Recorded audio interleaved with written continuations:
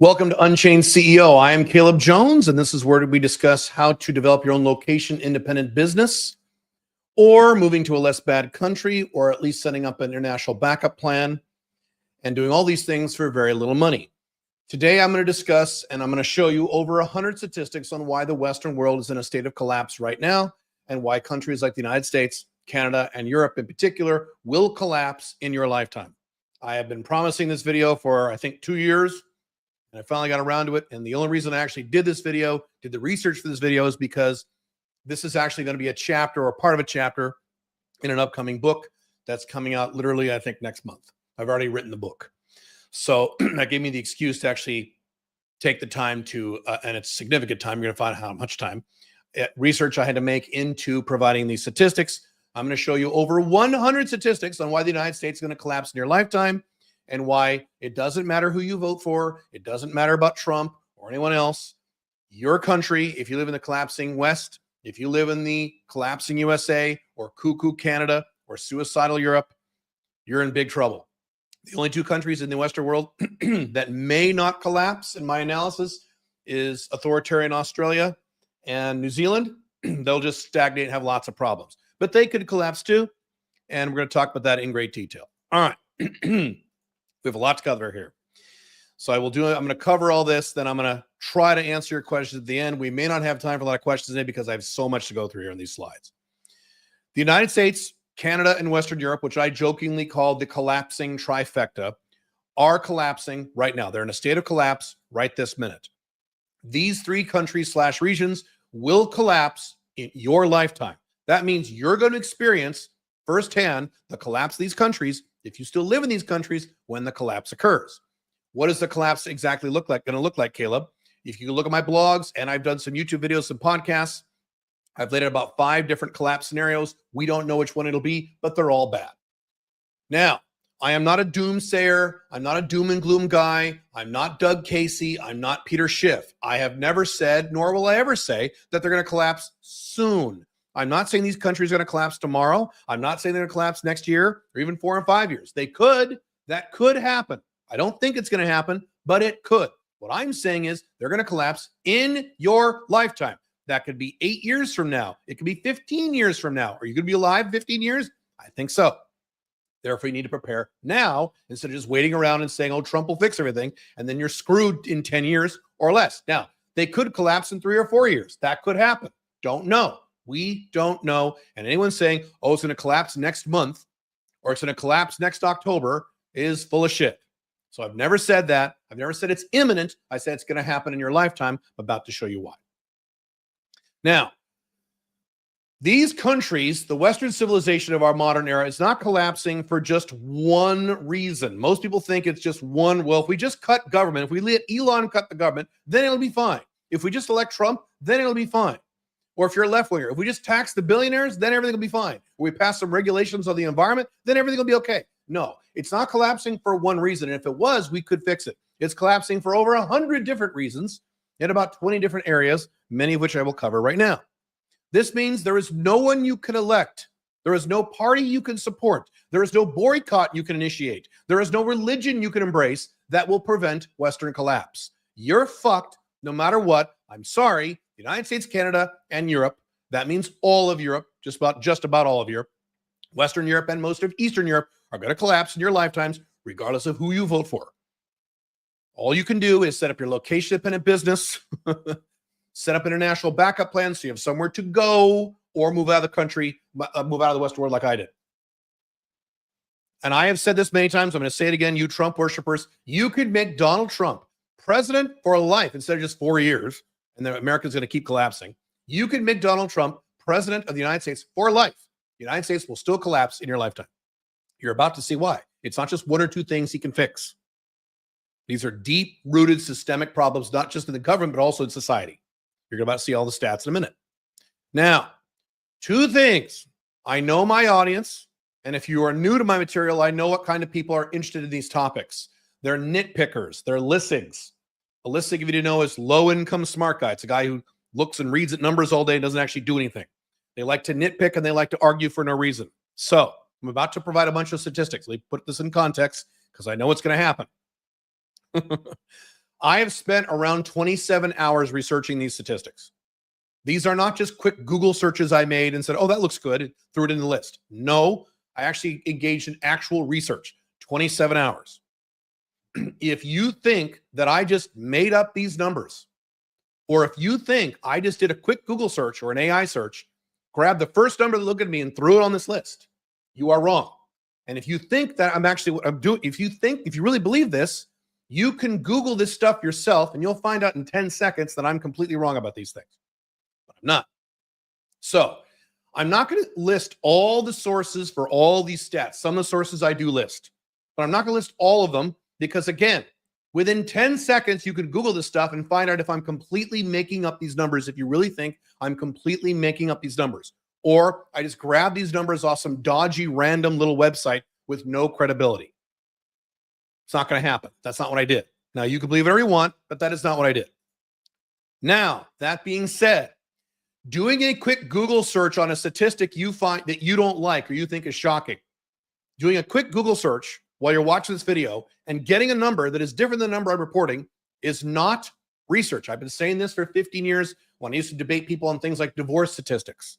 Doing a 10-second Google search and pulling up the first number you see from the CDC or some random company or even a government is not research. I did actual research. Research means you look at the statistics, you dig into where they have sourced that statistic from that website, because usually websites point to other websites.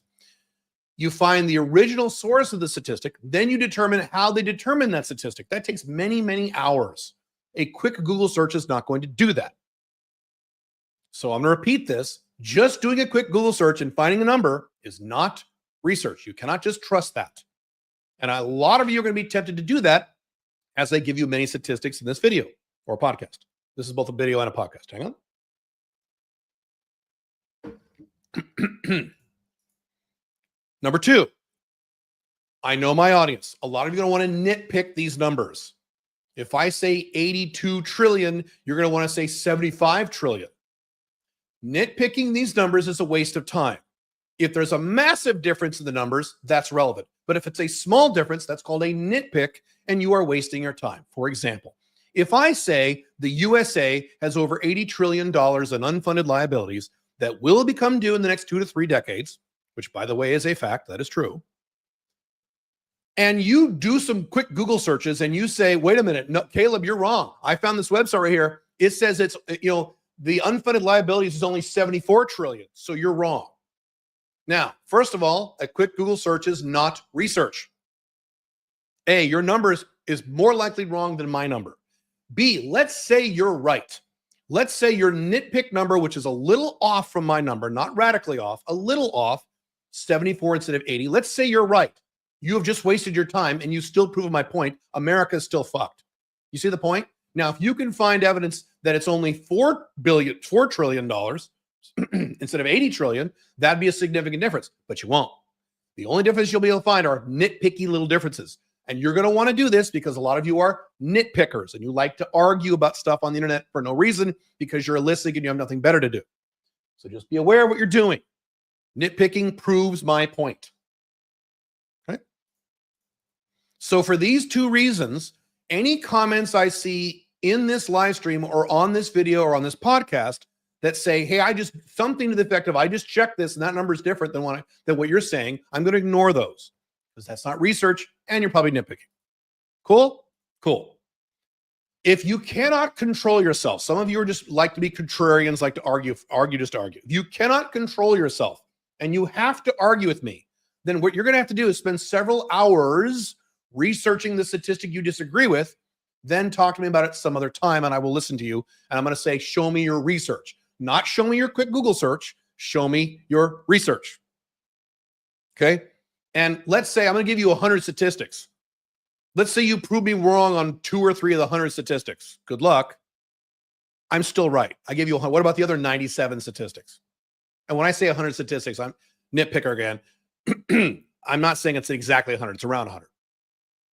So I'm going to give you 100 or so statistics. If you don't like 3 of them, explain the other 97 of them.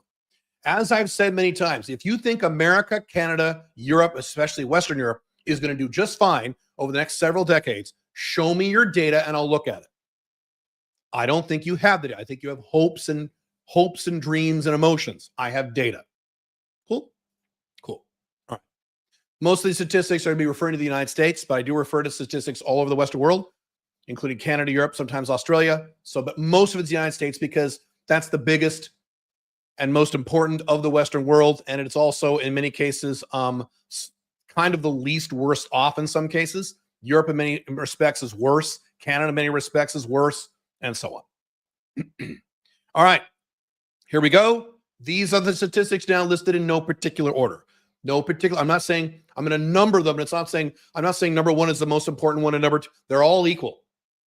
They're all equally bad. You're about to see. Get ready to be depressed if you live in the collapsing Western world and have no plans to leave. Collapse reason number one, that the Western world is in a state of collapse, the United States is going to collapse in your lifetime, this is one of the more obvious ones. Hang on. The national debt and government spending is skyrocketing, even though Western economies have been flat for 20 years, over 20 years. Soon, in the next few years, 100% of the taxes the United States collects will only be enough to pay for interest on the debt. You will not be able to pay for literally anything else. No welfare spending, no military. The government's just going to have to borrow, tax, or print money to pay these expenses.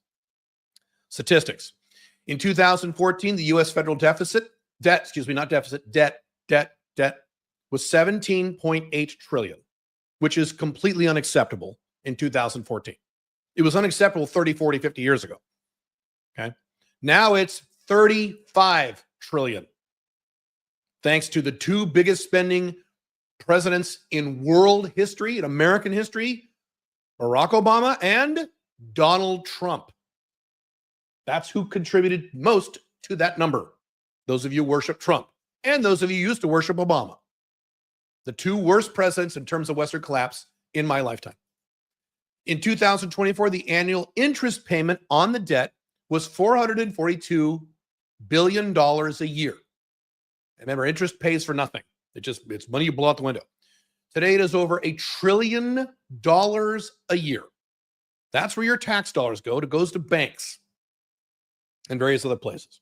And it is rising every month, even when Republicans control everything.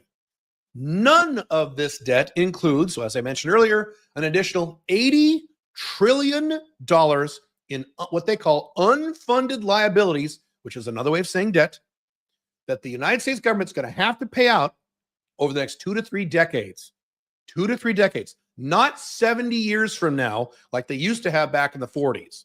That's what FDR said. We'll figure this out 70 years from now. That's what Richard Nixon did in the 70s. We'll figure this out 70 years from now. Now it's the payment is now coming due 2 to 3 decades. Will you be alive in 2 to 3 decades? Yep. The U.S. federal government spends $7 trillion a year. That's just the U.S. federal government. But only collects under $5 trillion in taxes. So how do they pay for the extra $2 trillion? They print money and they borrow it from Saudi Arabia and Japan and China, places like that. Horrible. By the way, if you add up all the amount of money that the U.S. government spends, about a year or two ago, it's grown since then, it's $10 trillion. Because $7 trillion is just the federal government. You also have state governments and local governments. You add all that shit up, $10 trillion a year, as I've talked about on my blogs. This is the most any government has spent in all of human history. More than the Roman Empire, more than Genghis Khan's empire, more than China, who you think is communist. United States is the biggest big government spending empire in all of human history. And many of you are excited about Elon Musk coming in to cut government spending. Go read my blog, calebjones.com/blog. I just did an article about that, about why that's not going to happen. They also just did a video about 3 weeks ago. His name is Sauger. He's a political guy. He's a Republican. He's a right-winger. He was on the Lex Friedman podcast. There's a clip of him. He describes in detail why Elon Musk can't cut shit. You have discretionary spending, military spending, interest payments, this stuff you can't cut. And the small segment of stuff you can cut in the federal government, this little cylinder, this little edge at the end, this 8% or whatever, the Democrats and Republicans agree on most of that. So the only thing you could cut if you're Elon Musk is this teeny tiny 1 or 2%. It's not going to make a goddamn dent in this. And I'm going to show proof of this. I already talked about the numbers I'm going to publish on January 22nd when Donald Trump takes over. The debt, the deficit, the debt to GDP, government spending to GDP. I'm going to list those numbers on all my social media platforms. Then I'm going to wait 2 years. I'm going to publish the numbers again, and they will all have grown, even with Elon Musk. And I will be right. And you Trump supporters, I'm sorry, will be wrong again. If you're new to my material, I hate the left. I hate the woke left. The left is responsible for destroying the United States, but the right has become just as bad. Donald Trump was one of the direct contributors of this collapse. Cool? Cool. So I'm not a left winger. I hate the left more than you do. I'm a minarchist libertarian. All right. I already mentioned this earlier. If you add up all state, federal, local government spending, the U.S. government spends just under $10 trillion. That's $9.83 trillion to be exact. Every year, by far, more than any other country, nation, or empire in all of human history. This number rises every year, regardless if it is Democrats, Republicans, or people like Obama and Trump are in charge. There's no one you can vote for who will fix this problem. On top of all this, the USA spent $12 trillion on the ridiculous war in Iraq and got nothing in return. It spent another $5 trillion of your money, Americans, on the embarrassing and useless war in Afghanistan and got nothing in return. It spent another $14 trillion total on the pandemic and got nothing in return. The pandemic, as I said during the pandemic, and I'm right about this, however long America had to live, the pandemic knocked 10 years off that. So if we had 20 years left in the United States in 2020, now we have 10 because of the pandemic. Now, the way this works is all of this nightmare government spending and debt and deficit spending might, and I mean might, be kind of manageable if the United States economy was booming with double-digit GDP growth rates. So if your economy is just fucking booming like crazy, then you can, in theory, borrow more money. That's what we were told in school. When I was in high school in the 80s, that's what they told me. Well, debt and deficit's okay as long as GDP keeps growing. Because it was growing in the 80s and in the 90s and the early 2000s. Is it growing now? No. The least bad GDP growth for most, even liberal economists, says at least 2%. What has been the GDP growth of the United States over the past decade or so? Several decades. 1.5%. So your economy has been stagnant for decades, but you're still spending government. You're still raising government spending and spending more money and increasing it by trillions of dollars every fucking president, every fucking year. Now, Canada's just as bad, 1.6% GDP growth last several decades in Canada.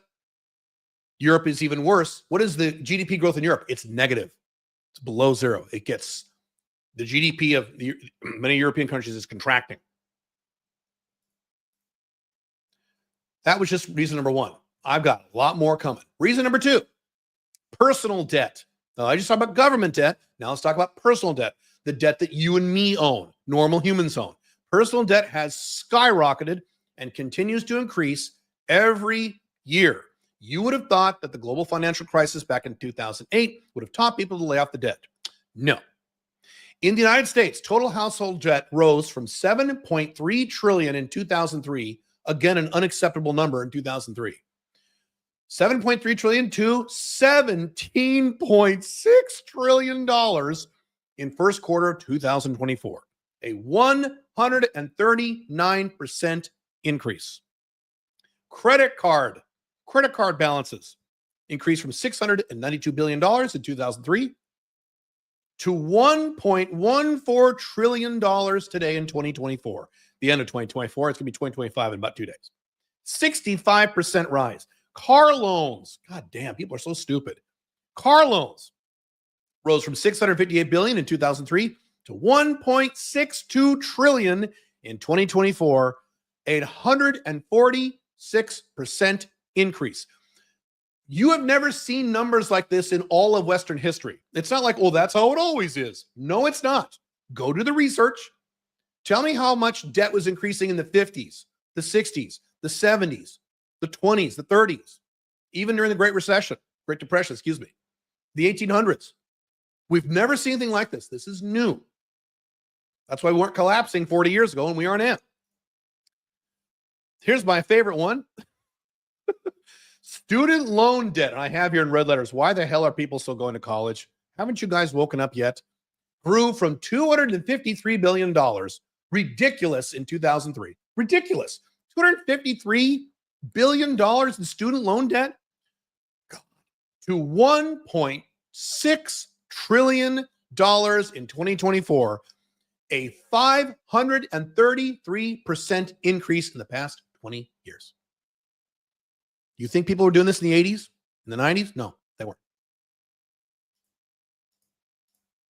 You getting this? This is completely unsustainable, especially as the economy gets worse, growth rates are stagnant, and borrowing rates just keep increasing. This one reason alone will destroy the United States. I got another 20 or so. Just this one. Several of the reasons I'm going to discuss in this presentation, just one of these things could destroy the United States. And I've got 20 of them. We're just barely scratched the surface here.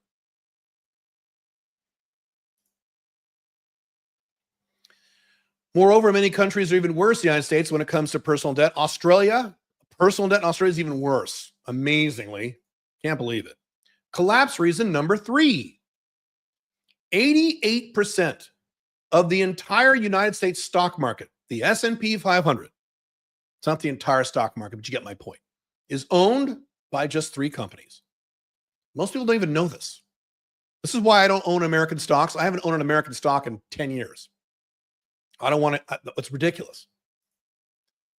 3 companies, BlackRock, State Street, and Vanguard, own 88% of the shares of all the corporations in the S&P 500.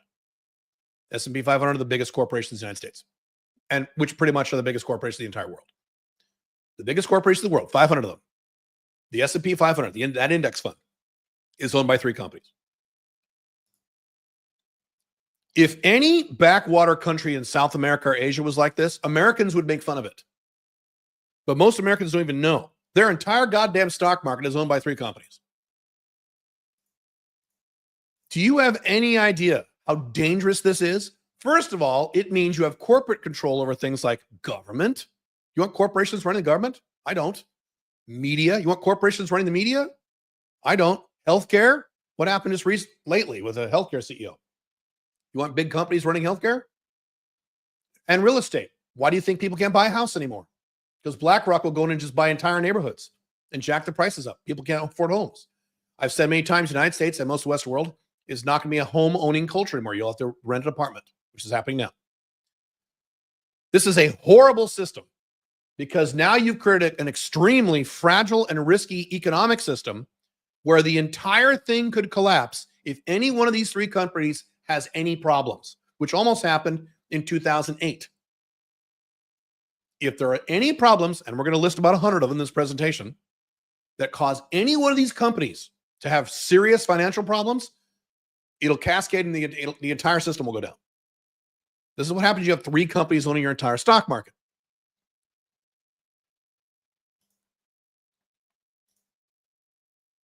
Corporate control grows every year and will not stop. This will increase every year and Trump will not stop it. Collapse reason number 4. Many of you know this, but you don't understand how bad this is. Human beings in the West are literally dying out. We're going extinct.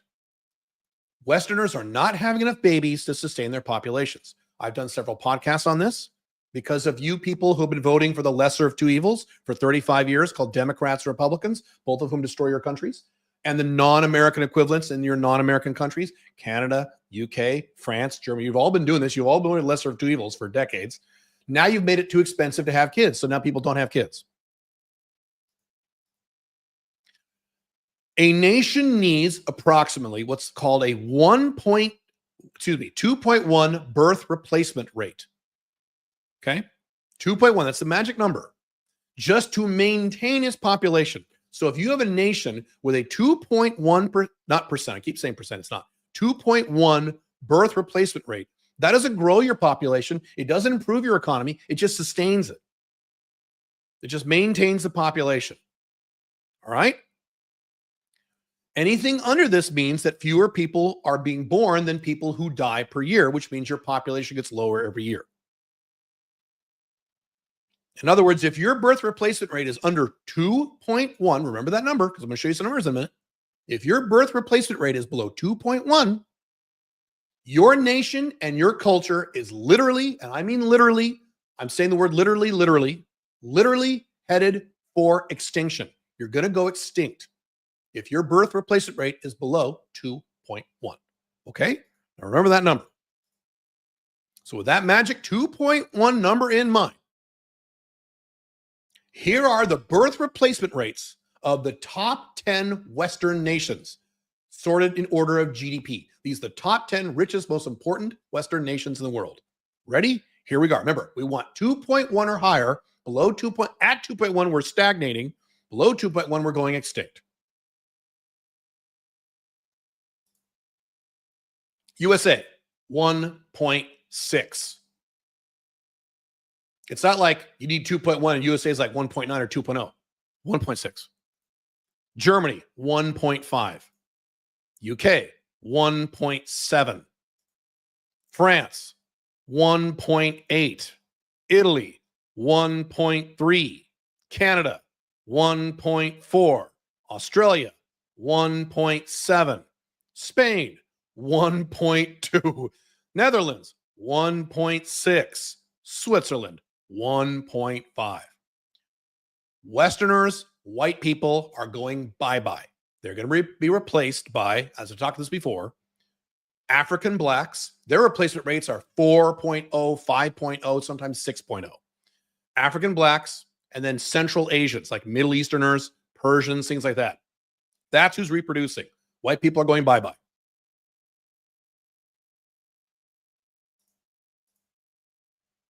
I didn't say East Asia. I said Central Asia. This is why many of you are confused about this. Many people don't realize this. This is why your collapsing governments over the past 20 years have been importing millions upon millions upon millions of third world immigrants. They're like, why are they doing this? They're destroying our country and they're destroying our culture and they're overwhelming the welfare system and they're raising crime. It's all correct. You know why they're doing this? It's the only way they can increase GDP. You're in that fucking 1.6% GDP increase. The only reason you're able to pull that off in the United States instead of having negative GDP is all the Mexicans. It's the only way they can increase GDP because white people aren't having kids because you made it too expensive to have kids by voting for the lesser of two evils for 35 years. People like me, libertarians, real libertarians, have been screaming at you guys to stop voting for left-wingers, Democrats, and big government Republicans like Donald Trump, Mitt Romney, John McCain, George W. Bush, all the Republicans you guys have been voting for lately. Since Westerners aren't reproducing, they have to bring in hordes of poverty-stricken Africans, Muslims, Central Americans, South Americans, and Mexicans into their countries who take up the slack. This then creates a whole new set of problems, like increasing crime rates, which we'll cover in a minute, which also leads to civil unrest as Westerners protest all this. Those of you in the UK, we'll cover that in a minute. And overloading the already bloated welfare state, creating even more government spending, which we just talked about is sky high and unsustainable already. It's like a snowball that gets larger and larger. It starts with the size of a snowball in your fist and ends up being the size of a small town as it rolls down the hill. It just makes it worse and worse and worse and worse. Here is another fact. Look this up if you don't, it's not a statistic, it's a fact. Look this up if you don't believe me. That's why I have it in red here on the slide. Here's the fact. No nation or culture in all of human history ever reversed a below 2.1 replacement birth rate despite everything they tried. 100% of them went extinct. How's Trump going to fix this? You get the picture yet? We're not even near being done. Collapse reason number 5. Westerners are getting stupider every decade with declining IQs, but Asians get smarter every decade. Uh-oh, who do you think is going to run the world in 50 years? From 2006 to 2024, cognitive ability scores, including IQ, have dropped across the board all over the Western world. These cognitive abilities include verbal reasoning, mathematics, matrix reasoning, reading. Western IQs have been trending downwards after decades of increases. So it was increasing through the last several hundred years, quickly. Last several decades now, it's been declining, with an average drop of 5 IQ points per decade in Western countries. In Western countries, not Asian countries, not where I live here in Dubai. If you think people are stupid now, and they are, wait 20 more years when people have IQs of under 100, where stupid people become the norm. Instead of like 25% of people being stupid, it's like 50, 60% of people being stupid. It's going to be idiocracy before idiocracy ever kicks in. However, this is important. A lot of people aren't aware of this. Go look this up. You don't believe me. In Asia, IQ scores continue to go up every decade with no end in sight. This is only a Western problem. As usual, many people, including Americans, think that whatever happens in America happens throughout the world. Well, if people are getting declining IQs in America, that's happening everywhere in the world, right? Wrong. Asia, they get smarter and smarter, and we get dumber and dumber. Collapse reason number 6. Drug use. Oh boy. I wish this is one of the statistics that surprised even me. Drug use has absolutely skyrocketed in the West over the past 25 years and increases every year as the West gets closer to collapse. In the year 2000, 8% of Americans reported using illegal drugs. And that's about what you would expect. 8%, that sounds right to me. Sure. In 2024, it is now 25%, 1/4 of all Americans aged 12 or older. This is kids. You have teachers complaining now that kids are coming to school high and not on weed. They're coming to school fucked up on drugs. 25% of all Americans age 12 or older.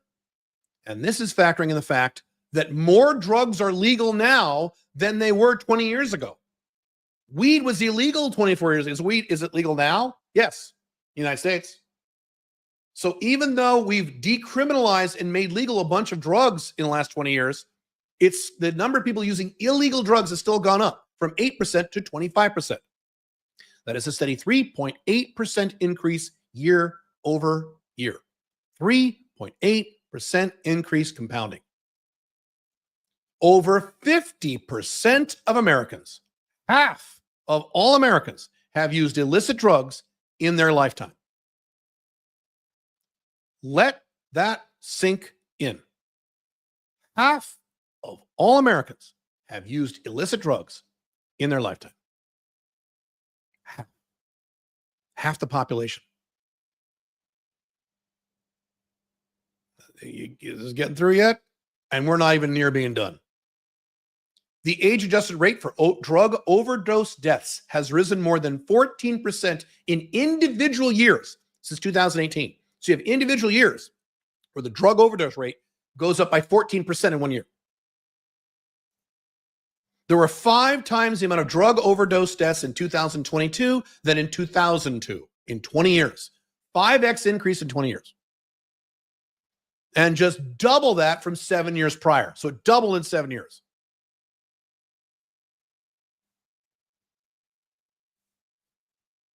Now, some people say, well, 2022, that was the pandemic. Okay, look at the data.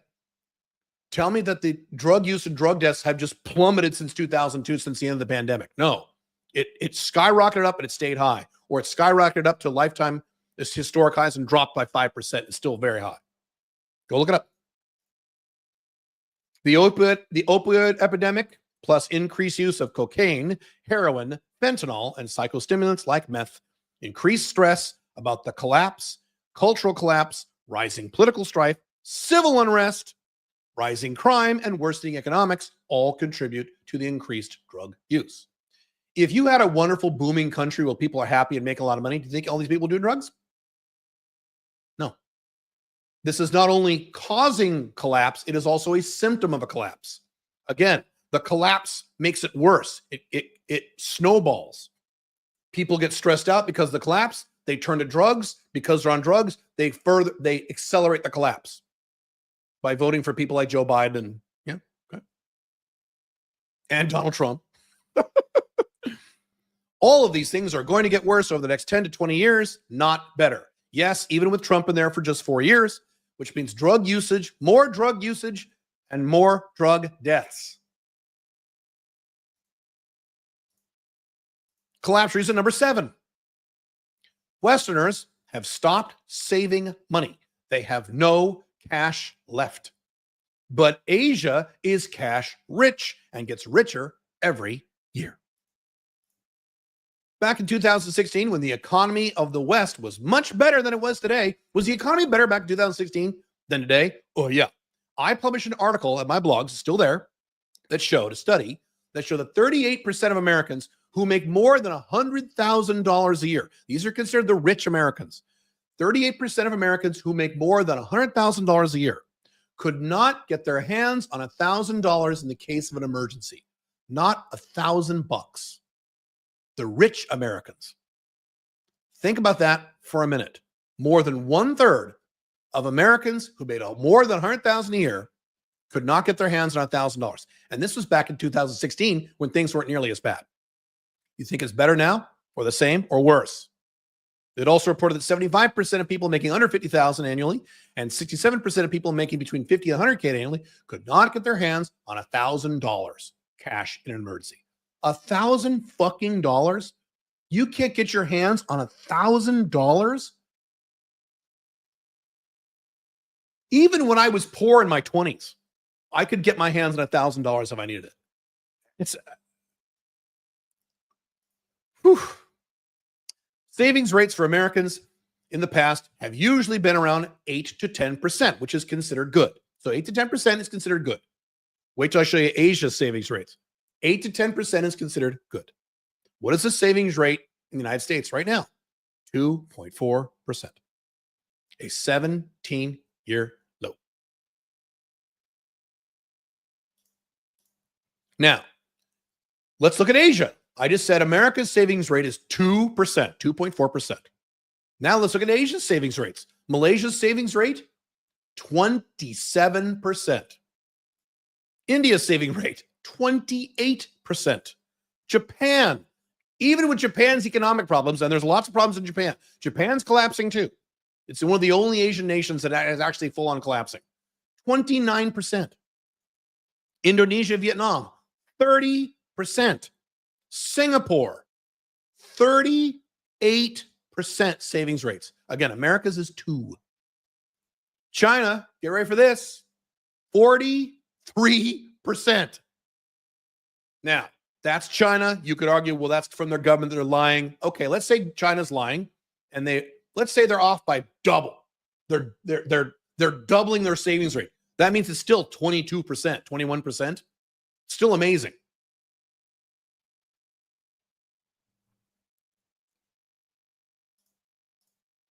Collapse reason number 8.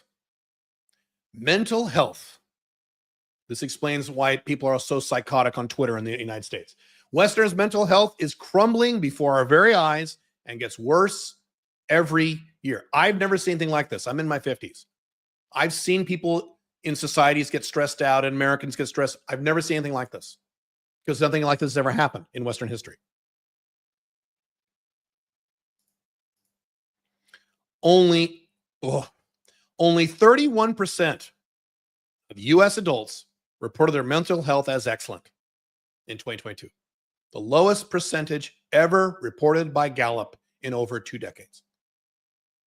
Less than 1/3 of adults rate their mental health as excellent. Today in 2024-25, here we go. 23% of adults in America have experienced mental illness in just the past year. Let me repeat that. So know when you got to think about for a minute.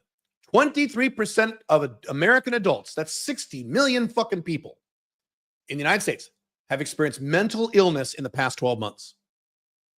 This is way after the pandemic. Okay? Let me say this differently. 1/4 of the United States is mentally ill. So you're adding this up. 1/4 of Americans are mentally ill. 50% are on drugs. They get dumber every year. How's that going to do well for America over the next several decades? This is a huge rise in the prevalence of mental health issues There is a huge rise in mental health issues across the entire Western population. This is not an American problem. Countries like Canada and UK are very similar. If you look at the data, Canada, UK, Germany, very similar stuff. Everyone's gone insane. 42% of high school students reported persistent feelings of sadness or hopelessness in the last several years. And this is up 28% since just 2011. 42% of high schoolers reported persistent feelings of sadness and hopelessness.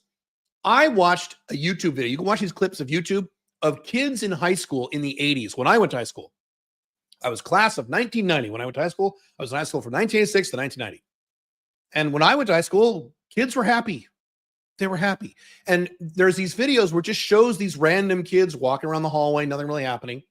And you'll see in the comments of people today, young people there, people who don't remember, and the comments on these YouTube videos of teenagers in the 80s, they're like, wow, they look so happy. That's so weird. Yeah. Mental health therapists all over the Western world. Some of you have encountered this or are dating women who encountered this. Mental health therapists all over the Western world have jam-packed schedules and have trouble taking on new patients, creating an entire industry of huge mental health corporations cashing in on this horrible trend. What's that one you hear on YouTube all the time? Better Health. There are these giant corporations now just making bazillions of dollars from people being fucked up mentally because 1/4 of Americans are mentally ill.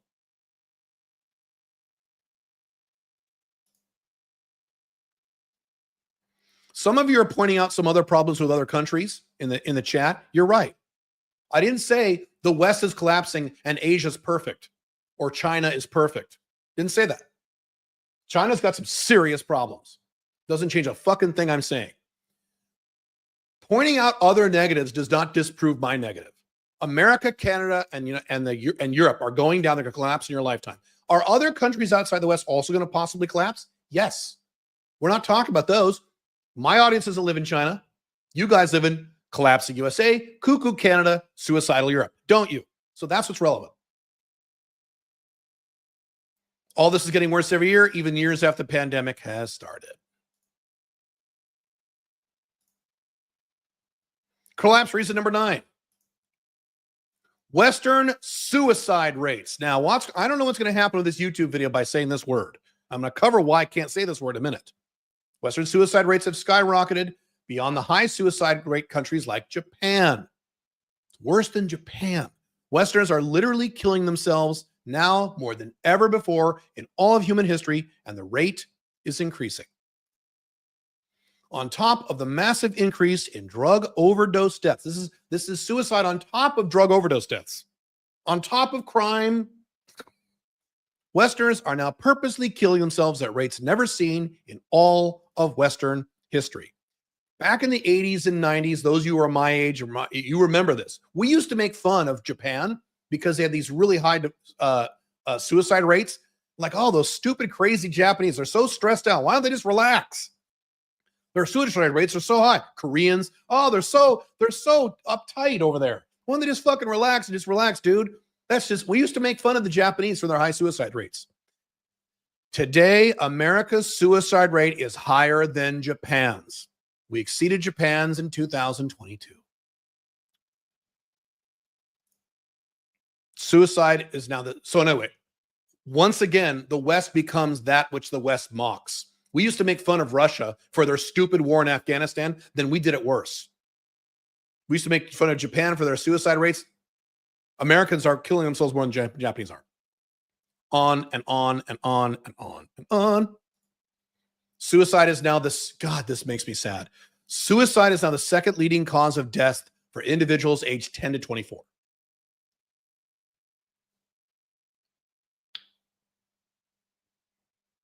Many of you have kids this age. Many of you are going to have kids, and you're not going to leave the collapse of USA, and some of you are going to lose your children to suicide.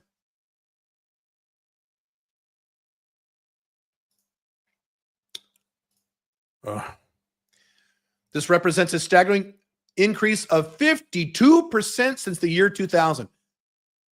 Think about that for a minute. Suicide rate in the Western world has increased by 52% since the year 2000.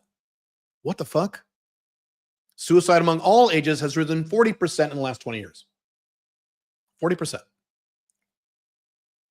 And if all you got is, well, Asia does that too, you just proved my point. Get out of America. Fastest rising form of suicide in the United States is people shooting themselves with firearms, which accounts for about half of all suicides.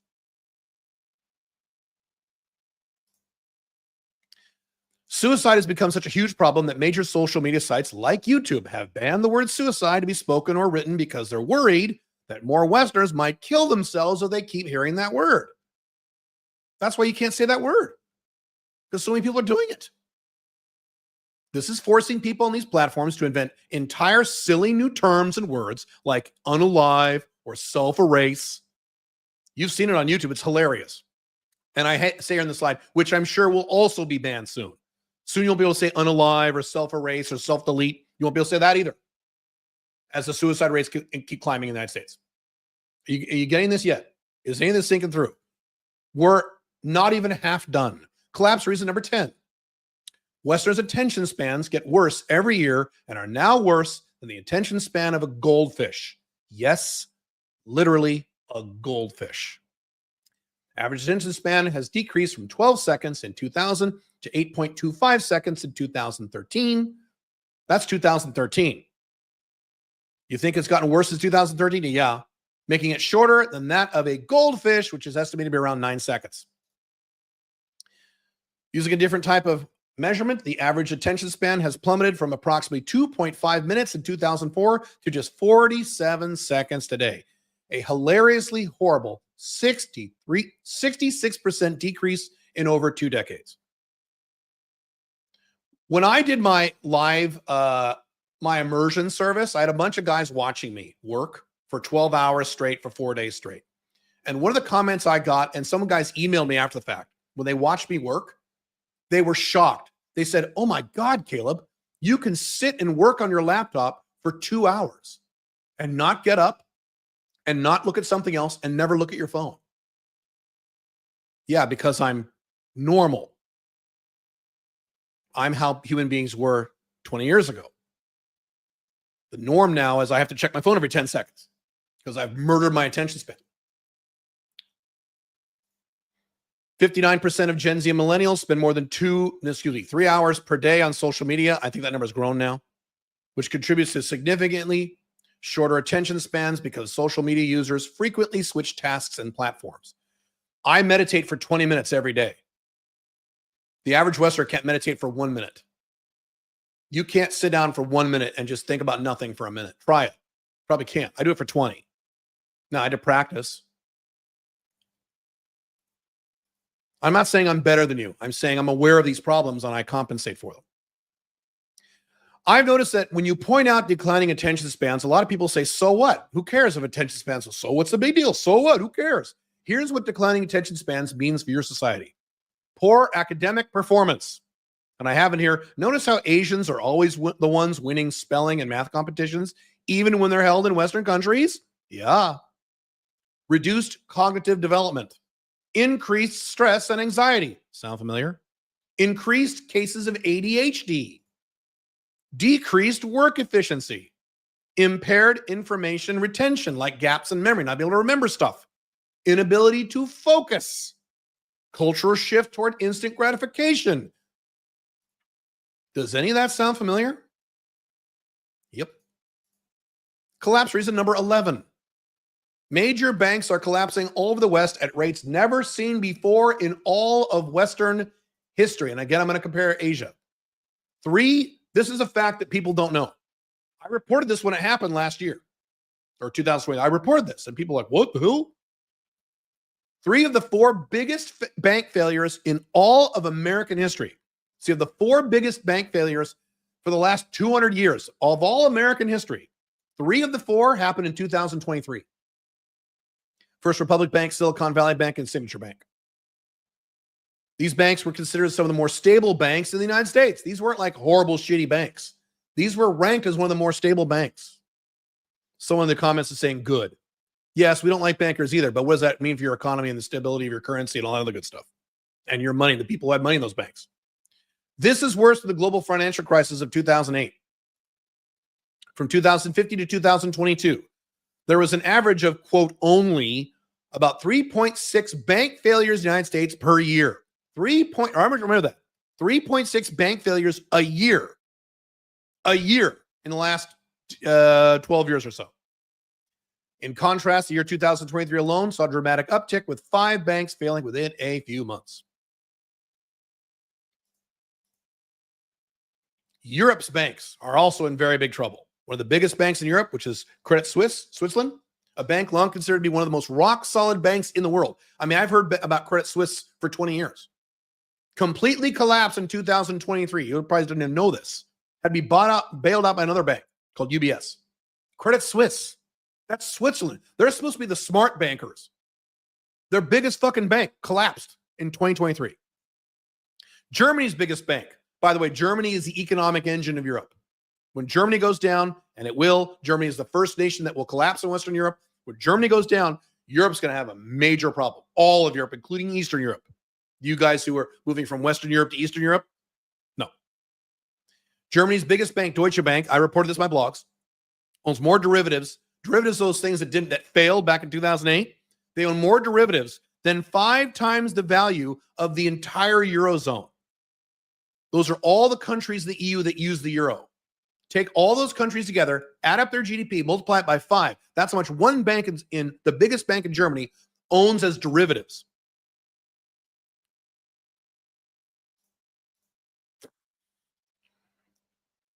Well, Trump will fix it. How's Trump going to fix that? Elon will fix it. Meanwhile, non-Western banks, let's compare Asia again. Non-Western banks are 100% strong with no major problems. Mostly Asian banks, there's banks in South America that aren't that great. While the USA has 3.5 banks going under every year, the UAE, United Arab Emirates, where I live, has never had a bank failure in all of its history. That goes back, UAE was started back in the early 1960s. Not one bank failure here in Dubai.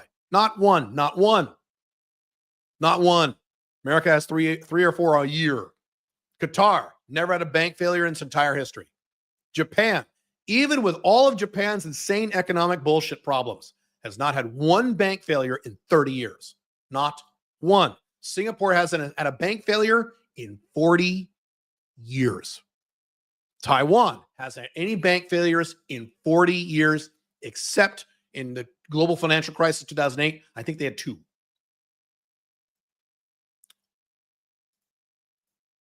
Collapse reason number 12. Western governments, quickly running out of money, are printing more. This is what I've been screaming about for years. Are now printing more money than has ever been printed in all of human history, causing rampant inflation and all kinds of other economic chaos. Have you Americans, Canadians, Europeans noticed that groceries have gotten more expensive? Gas has gotten more expensive? Heating bills have gotten more expensive? Yeah. You know why? Because your government, including Trump, are printing up trillions of dollars. Because of stupid voters voting for horrible leaders, Western governments have been spending so much money, they can't raise taxes enough or borrow enough from other countries to keep up with the spending, as I discussed in collapse reason number 1. 7 trillion. The United States government spends $7 trillion a year, but they only collect $5 trillion in taxes. Well, how do they make up the other $2 trillion a year? They can't jack up taxes. People will scream. So they just print it up. So instead, they print more dollars, euros, pounds, whatever, to spend, which causes more inflation for you and me. Stats. The monetary base of the United States. Now, that monetary base means the total amount of currency that's been printed up in circulation or held in reserve. So the total amount of currency been printed up, okay, was about $600 billion in 1999. Okay? So remember this number, $600 billion in 99. Increased to $6 trillion by 2023, a growth of 900%. Tell me that won't cause any problems ever. Tell me that won't cause inflation. Tell me that's okay because we go owe it to ourselves, you monetarists. Tell me. Why do you think the stock market has gone up? Because of inflation. Why do you think gold and Bitcoin have gone up? Because of inflation. Because of more dollars printed. The Federal Reserve's balance sheet, which is how the total amount of money that's been printed. Again, $600 billion in 1999. By late 2023, it expanded to $8 trillion, an increase of 1,200%. Do you have any idea how unhealthy this is for the economy of your country? During the global financial crisis, the monetary base was nearly doubled from 800 billion to over 2 trillion within just a few months. Just a few years later, we had the pandemic. And under Donald Trump, who many of you worship as a savior, they increased the monetary base from around 4. I reported this on my blogs when they did it, and none of you Trump supporters care. They increased the monetary base from around $4 trillion in January 2020 to approximately $9 trillion by October of 2021. They printed up $5 trillion in less than 2 years because of the stupid pandemic. A flu with a 1% death rate. This happened under Trump.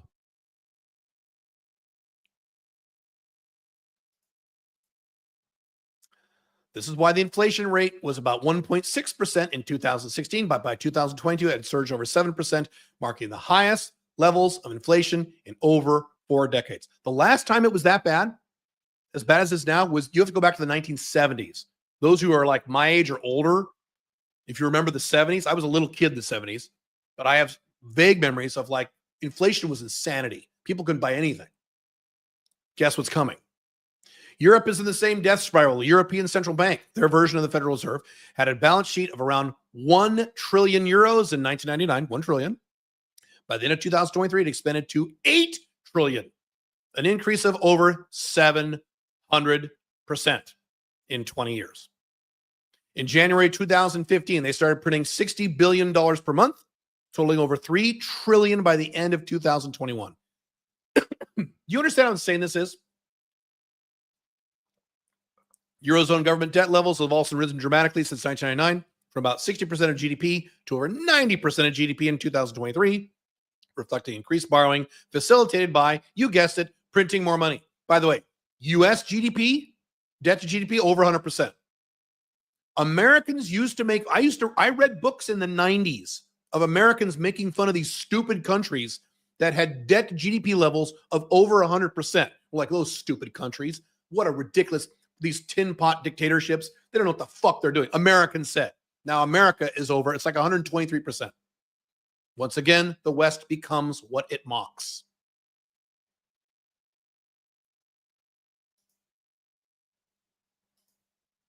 Collapse reason number 13. Western school absenteeism. Kids not showing up for school has skyrocketed. You're about to see numbers in a minute, and continues to rise, according to the USA National Center for Education Statistics. But again, I did research on this. I verified these numbers from other sources. This isn't the only source. Here are the rates of high school absenteeism of the past 25 years. So this is the number of high school students who are out of school for more than 18 days of the school year. That's the definition of it, okay? When I went to high school in the 1980s, even the loser kids stayed in school. They did. It was very rare for a kid to just not show up. It happened, but it was really rare. It was weird. Now, in 2000, the absentee rate for high school students was 5%. 2015, it went up to 6.1%. So it's a 1.1% growth in 15 years. Okay? Small growth in 15 years. 2020, 11.1%. It's doubled. 2024, now 24%. It doubled again in 4 fucking years. Why is school absentee bad? One of you in the comments just said, good, less indoctrination. Incorrect. This is bad because we know for a statistical fact that students who miss 10% of the school year, approximately 18 days, which is how absenteeism is normally defined, are significantly more likely to struggle academically and eventually drop out, which means they become burden on societies, which means you Westerners who live in, welfare states, United States, Canada, Western Europe are welfare states. You have to now pay for these people. That's why it's a problem.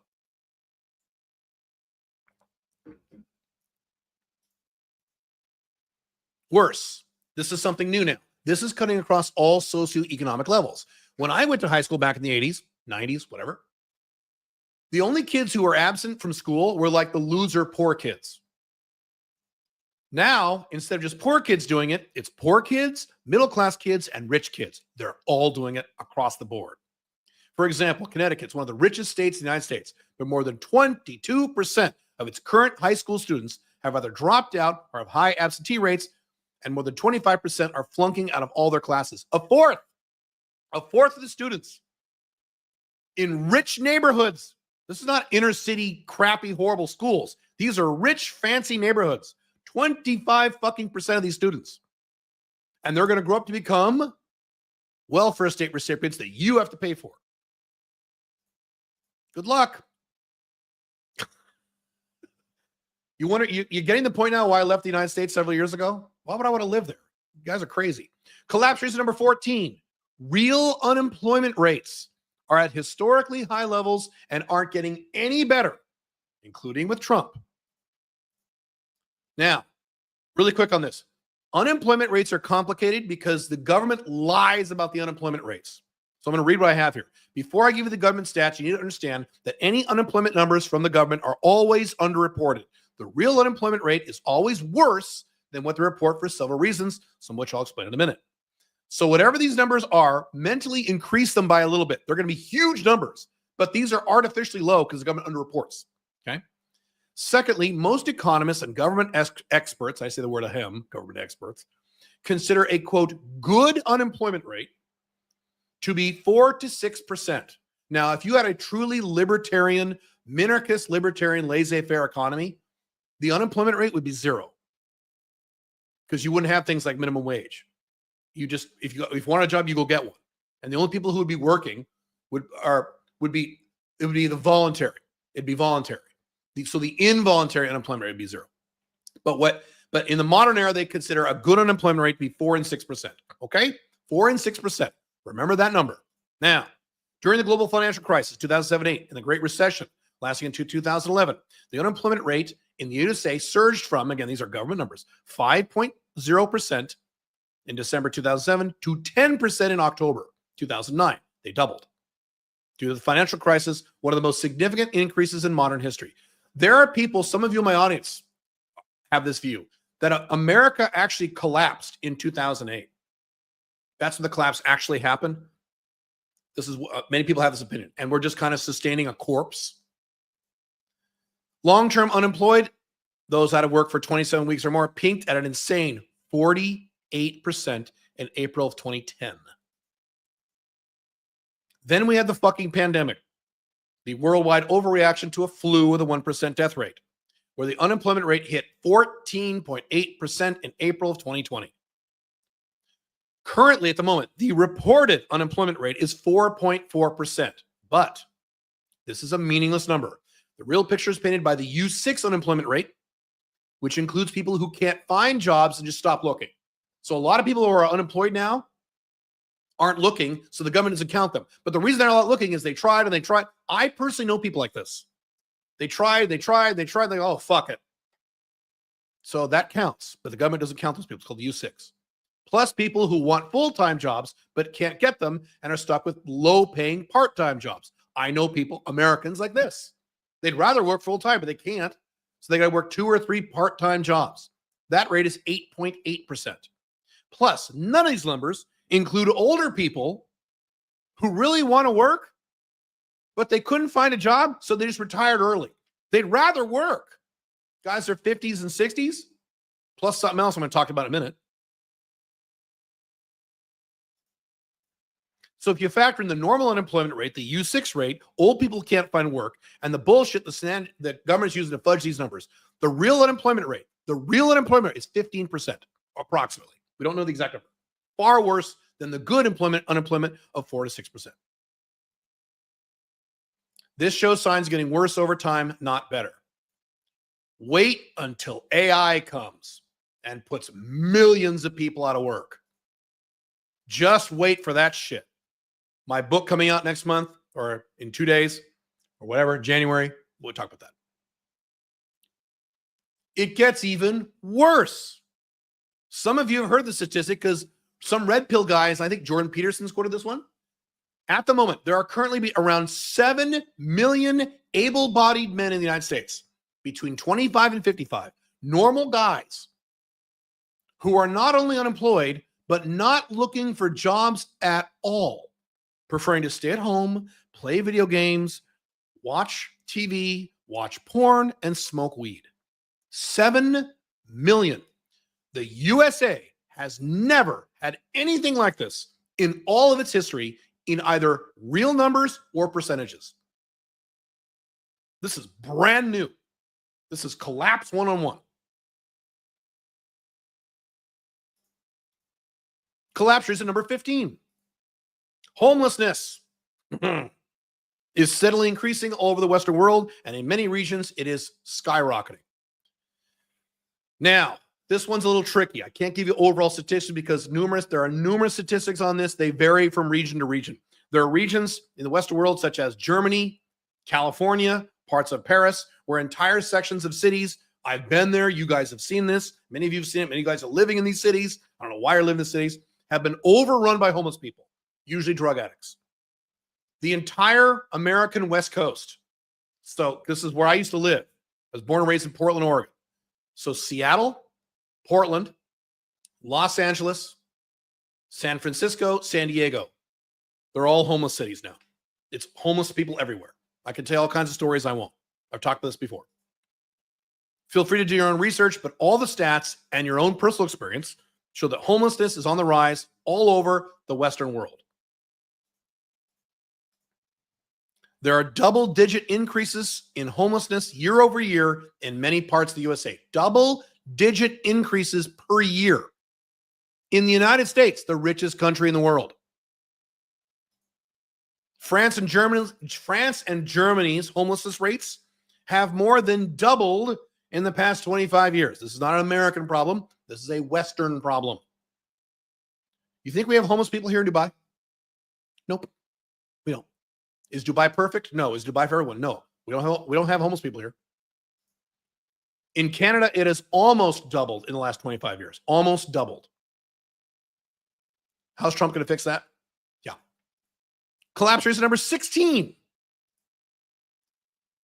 The rate of single-parent fatherless families, fatherlessness, is at worldwide historic highs in the West, not in Asia, in the West, and gets worse every year. Now, let me clarify this. Some left-wing people, some feministy people, a lot of women, when you say fatherlessness is a problem, they go, why is it a problem? So what? Here's the data. This is the facts and the data, not my opinion. Fatherless children are 10 times more likely to abuse drugs or alcohol. Let me back this up really quick, or back up. I've talked about this on my other channel. I'm not saying that single mothers are bad. I've dated single mothers. They're wonderful. No problem with single mothers. I'm not an angry red pill guy. Not like that. Okay. What I'm saying is children need a mom and a dad. You can't be just a mom and raise perfect kids or raise good kids because you're only 50%. It's like having two tires on your car. If you have a Ferrari with 2 tires on it, does that mean the Ferrari sucks? No, but cars need 4 tires. Children need a mom and a dad. So here's the data. Now, here we go. Fatherless kids, you'll use single moms or men who defend single moms. And it's not single moms. It's that kids need dads. Fatherless children are 10 times more likely to abuse, can't talk, start over. 10 times more likely to abuse drug or alcohol. 11 times more likely to exhibit violent behavior.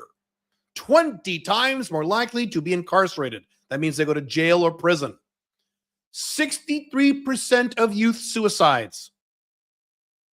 Kids with no dads. 85% of children exhibiting behavioral disorders. I've seen all this, by the way, in my personal life. 71% of high school dropouts. 90% of all homeless and runaway children are kids who don't have dads. That's how bad fatherlessness is. Now, here's the data. The USA has the highest rate of children living in a single-parent household without a dad than any other nation in the entire world. It's approximately 23% of all children are living with one parent and no other adults and no dad. One parent, one female parent. This is only for 3 times the world average of just 7% raised by one parent. 3 times the world average. 3 times the world average. How's Trump going to fix this? How's Bitcoin going to fix this?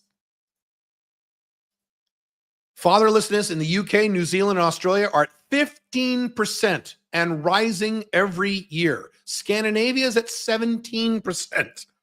Canada, Canada, 19%. France, 20%. Yet another reason France sucks. Making a joke. Now, let's compare Asia. While international stats may vary, the fatherlessness rates of China, Japan, India, Hong Kong, Vietnam, and many other Asian nations are all well below 10%, which is kind of where you'd expect it, below 10%.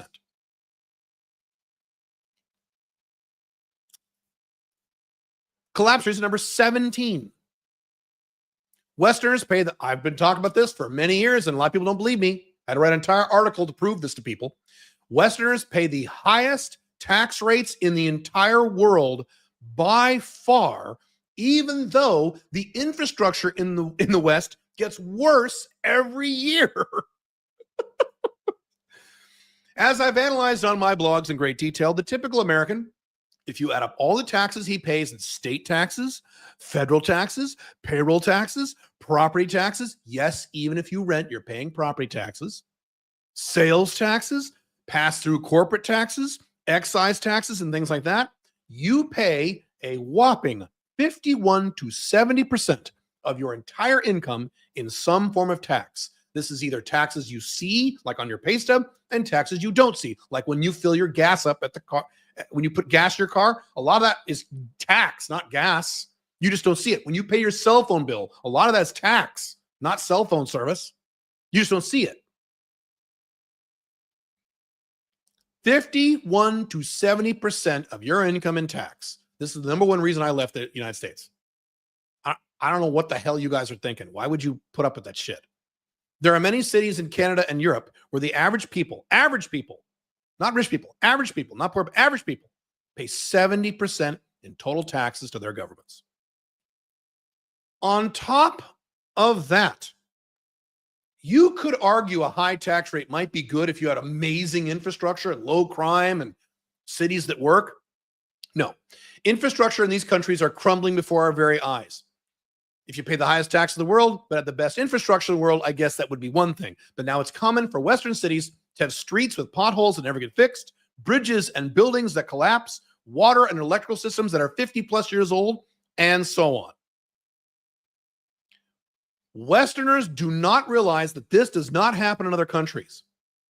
Hong Kong, as I've talked about many times, had a 15% flat tax rate for years and became the number one economy in the world in just a few decades. Before 2019, when China stepped on its neck. But prior to 2019, Hong Kong was a success story. 15% flat tax, a little higher now. I live in Dubai, the United Arab Emirates, which has, let's say it with me, no income tax, 0. No property taxes, 0. No payroll taxes, 0. No capital gains taxes. You crypto guys, we don't have capital gains here in the UAE. The smallest corporate tax in the world, and it is literally and objectively one of the best places to live with some of the best infrastructure on the planet. And I've taught many YouTube videos about this. You can go look at those. Is Dubai perfect? No. Is Dubai for everyone? No. But I pay 0 taxes here, and I have the best infrastructure in the world, far better than anything you have in the United States or Canada or Europe. Fact.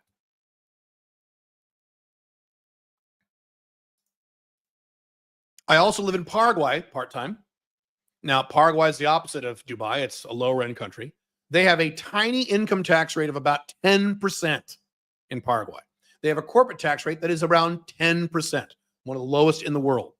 And it's a territorial tax country, which means if you live in Paraguay, you can make $1 million a year. Well, I have here. You can make $10 million a year, and as long as the money comes from outside of Paraguay, you're taxed zero. Try doing that in any Western country. Try doing that in Canada or the UK or Germany, United States. Make $10 million a year from outside the country, and then try paying no taxes in the USA. If you still live in the collapsing West, you're getting raped every day. You're literally paying the highest taxes in the world for shitty D- grade infrastructure. It's stupid. There's no reason for this. And it gets worse every year. Collapse reason number 18. Crime rates and civil unrest, which are two different things. I should have broke this out into two reasons, are increasing all over the Western world. I have done several YouTube videos about this. I did one in particular. You go look on my Unchained CEO YouTube channel. Basically, what I did is I looked at the crime rates for various Western cities: London, Paris, Toronto, New York, Chicago, Los Angeles, Baltimore. I went through and I showed you the crime rates. Then I showed you the crime rates of some of the worst cities in Africa, and they're about the same. You know, Western cities were about the same or a little better by small notches.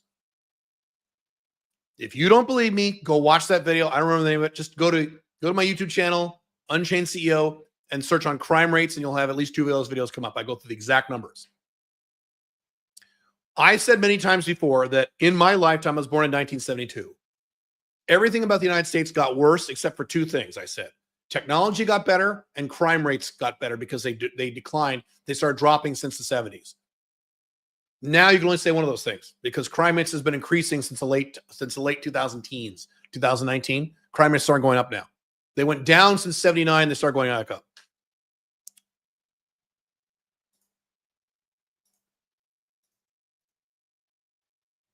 Worse, in many major Western cities, I've personally experienced this.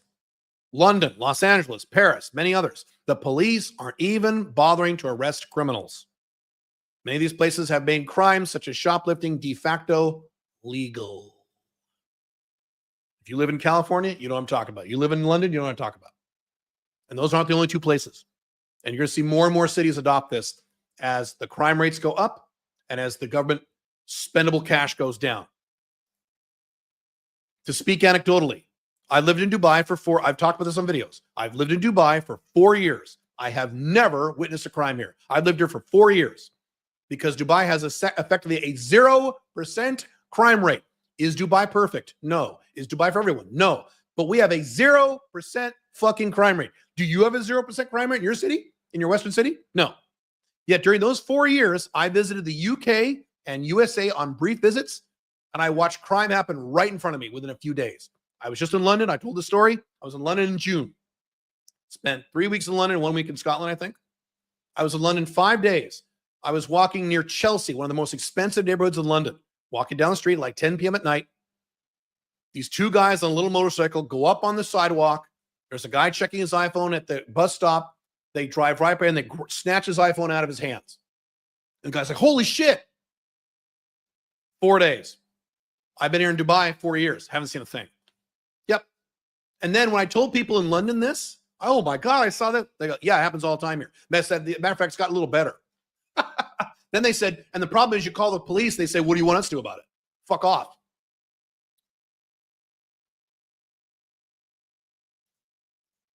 Why do you live in the Western world? On top of increasing crime rates, you also have increasing civil unrest. That means things like rioting, riots, protests, mass protests, shit like that, which I've talked about in my books. Civil unrest, as in riots and protests, have skyrocketed all over the collapsing West. Here's the stats. Civil unrest in the UK and the USA has doubled over the past 10 years. Doubled. It's doubled in just the last 10 years. Here's a prediction. It's going to double again in the next 10. You know what? I'll say this. It's going to more than double in the next 10 years. So from 2025 to 2035, the United States and the UK, it's going to double. It's going to more than double again. That's my prediction. I'm going to be right. You think people are mad now? Wait. The Alon's Risk Barometer, those of you know who that is if you're in a business, it shows the top risks for businesses globally.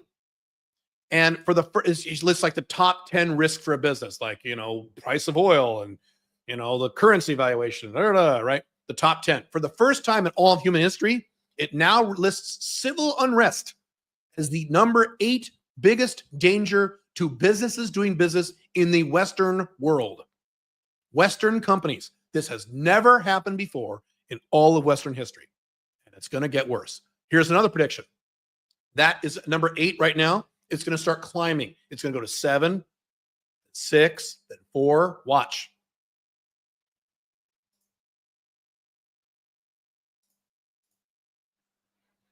Today, you are literally safer living in most parts of Latin America than you are in most major cities in the USA or Western Europe.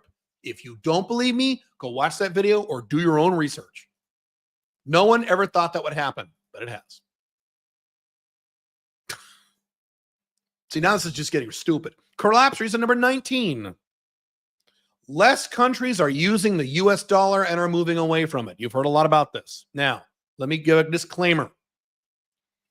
Many doomsayers, and I'm not one of them, people like Doug Casey and, Peter Schiff and a bunch of other people you could name are saying, oh my God, the US dollar is going to collapse next year. Oh my God, it's going to collapse next 4 years. Oh my God, the US dollar is going to collapse next October. I have never said this, and I don't believe that. The US dollar is not going to collapse anytime soon, and I've never said it will. It's not going to do that. Again, I'm objective and rational. I'm not hyper. I'm not emotional about this. I'm objective about this. The US dollar is not going to collapse anytime soon. US dollar is very important to the world economy. It's very entrenched to the world economy. It's critical to world economics. It's going to be around for quite a long time.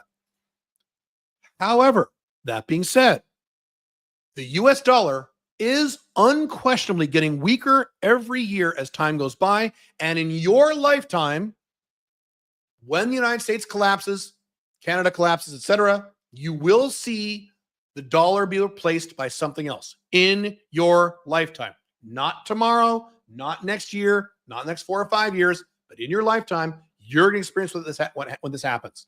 And if you live in the United States, when the dollar gets replaced as the world reserve currency or something else de facto, boy, are you going to hate life. Would not want to be you. None of this is good for America, the collapsing West. The backbone of the USA, but not just USA, but most of the Western world is the US dollar. It's the primary reason why the USA has de facto dominated most of the planet since the end of World War II. That's correct. But now countries are abandoning the dollar using other currencies instead. Worldwide US dollar, here's some stats. US worldwide dollar reserve currency usage is down from 71% in the year 2000 around the world to 51% today. So what percentage drop is that? That's more than a third, right? Or about a third in the last 20 years. There has been a 5.5x increase in what they call non-traditional, which really means non-US dollar use of currencies around the world. I know that's a complicated topic. If you're an American, this should terrify you. If you understand macroeconomics, world economics, 5.5%, not 5%, 5.5x, more than 5 times an increase in other countries around the world not using the US dollar. Do you realize what a problem that is for America? Here's one. Here's a fun fact. In the year 2000, 80% of countries in the world traded more with the US than traded with China. Today, this has now flipped. Right now, look it up. 75% of all the countries in the world trade more with China than the fucking United States. Yeah. You think this is going to get better or worse? Even with China's massive problem. China has a lot of problems. Not saying China's perfect. But I'm going to say it again. 75% of the countries in the world traded more with China than the US. And in 20 years ago, it was inverted. It was 80%. Collapse reason number 20. I think we're almost done here. In the Western world, the poverty rate is increasing while the middle class is getting smaller.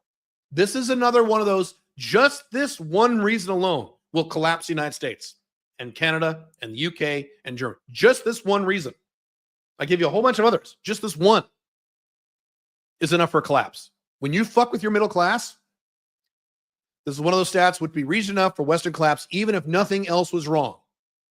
When your middle class gets smaller every year, your society is in huge trouble, no matter what else is happening. Stats. In 2000, the U.S. poverty rate was around 11.1%. By the way, completely unacceptable. The wealthiest country in the history of the world, the poverty rate is 11.1%. What the fuck? That's ridiculous in 2000, which I have had the slide here, which is frankly pretty bad for a country financially successful, the USA. By 2023, it had increased to 12.8%. And I have her in the slide. Increased? Wait a minute. The poverty rate in your country should be going down every year, not going up every year. I spent half the year in Paraguay, which is a poor country. But you know what? The poverty rate goes down most years, not every year, but most years. It's on a downward trend as the country grows, as the economy grows, as GDP grows, as investment grows. That's how countries are supposed to work. Your poverty rate's not supposed to go up. What the fuck are you doing? Oh, worse, the middle class is in trouble.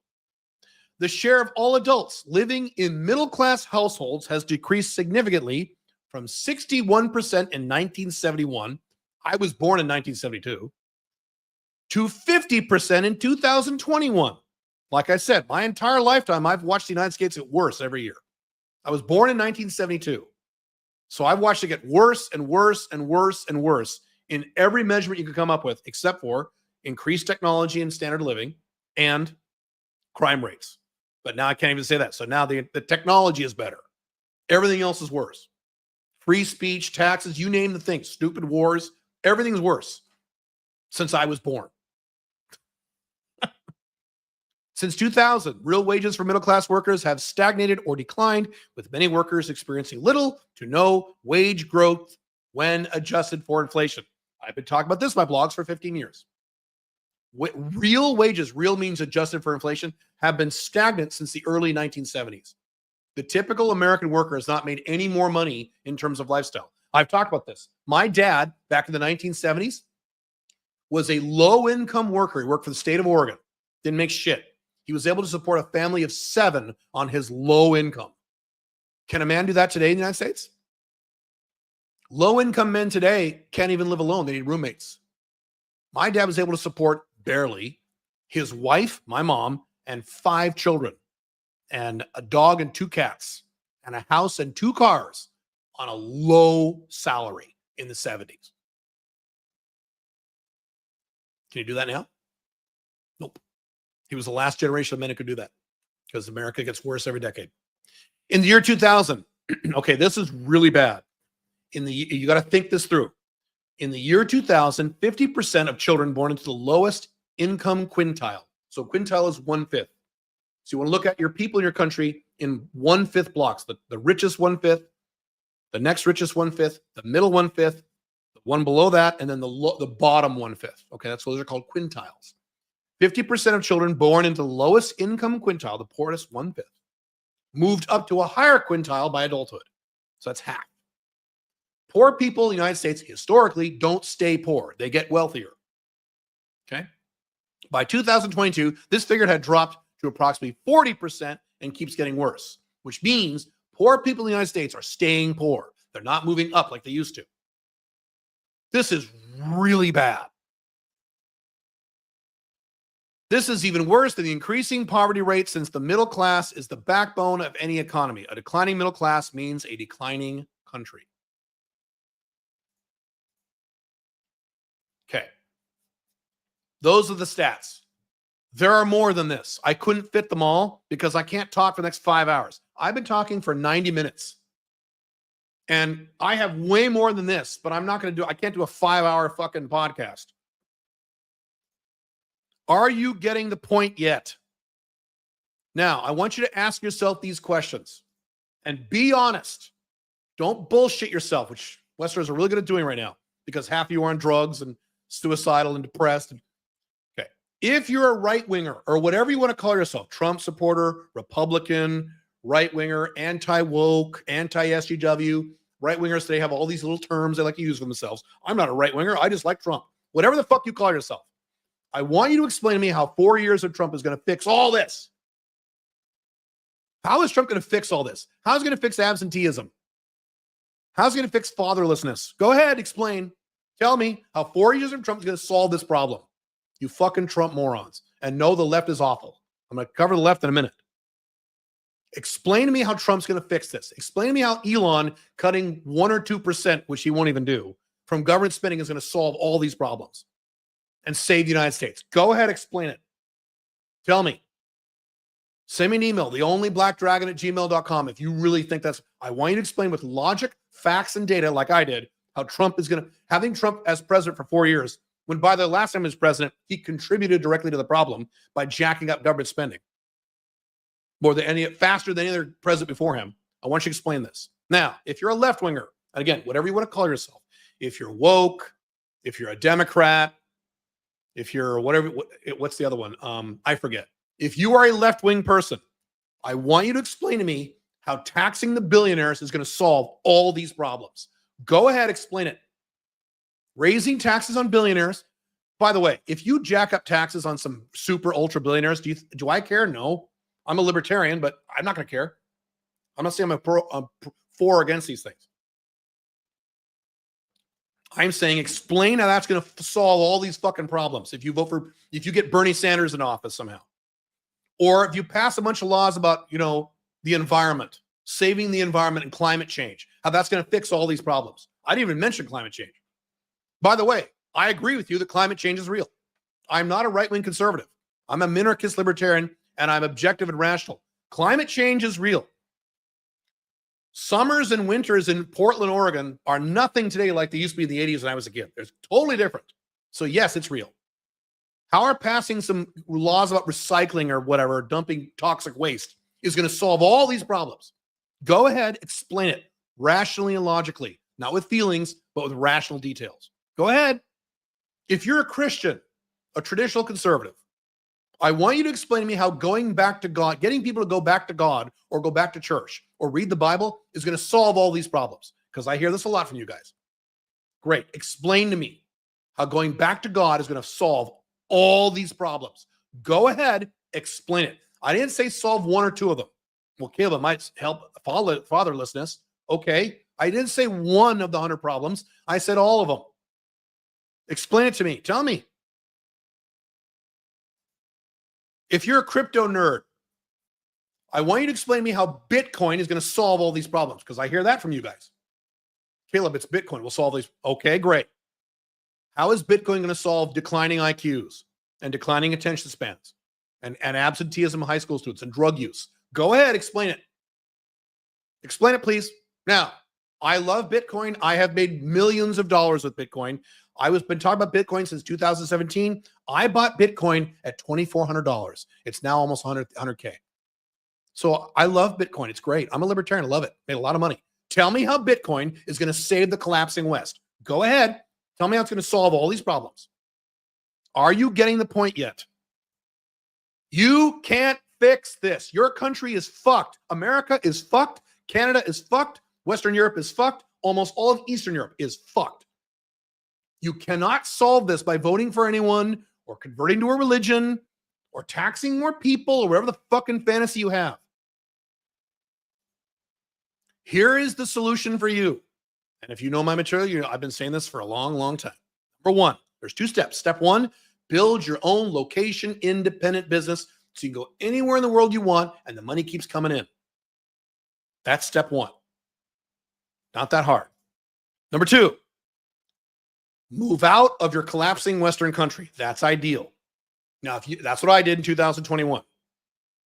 Now, if you just can't stomach that, that's just too much for you, you're too scared, or what about my brother, or but I love Trump, or whatever excuse you make, and you just want to stay in the collapsing USA, or cuckoo Canada, or suicidal, you just want to stay there, great. Then what you need to do at a bare minimum is set up an international backup plan where you have a non-Western country where you have full legal residency. Visitor's visa doesn't count because if there's a pandemic or a war, they won't let you in. You have to have full residency in that country with a checking account in that country, a debit card, banking, and you have stuff there. So that means when there's a problem, you just go there and you're fine. Those two things. That's the solution to this. Otherwise, you're just bullshitting yourself. Let me repeat. Am I saying that every other country outside the West is perfect? No. There are other countries outside the West with serious problems. Great, don't move there. If you hate China, don't move to China. I didn't move to China. Hello? So if you hate the country, then don't move there. You have 195 countries on earth. Go to one of them, many of them that are doing well. I'm in 2 countries that are doing great. United Arab Emirates and Paraguay. They're kicking ass.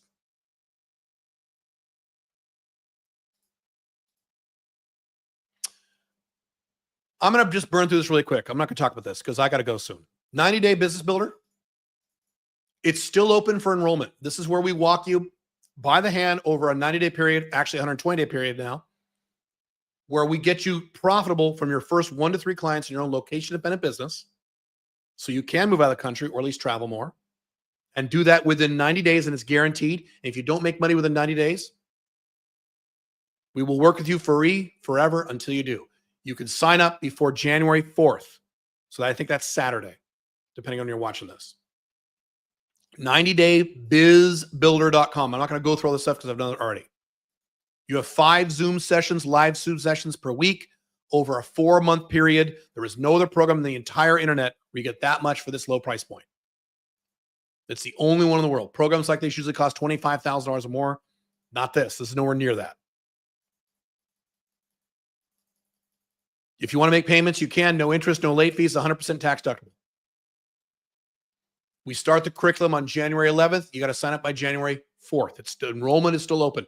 90daybizbuilder.com. That's where you want to go. Schedule your call. You can sign up between now and January 4th. By the way, my next live stream and my other channel will be why January, February, March, April is the best time to get this stuff done. The best time to start a business, best time to make money. It's awesome. Get this done before your country collapses.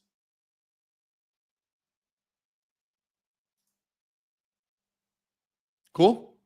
Cool. Okay. I really don't know if I can answer any questions. And I've had more activity on the chat than I normally do because I knew I would. So there's no way I can go through and just pick out questions. I'm just going to respond in general. If you want to ask some questions right now before I leave, if I can, I'll spend a few minutes. I can't scroll up and look at all these questions. Here's just some questions I saw as I was doing this. Caleb, why don't you believe in Elon Musk? Go read the article at my blog. I explain that in detail. Also, I recommend the YouTube video where it's Lex Friedman interviewing Sagar, S-A-G-E-R or S-A-G-A-R. It's a clip. And the guy details exactly why you can't, the way government is constructed, you can't just cut it. You're not able to do it. Go watch that clip.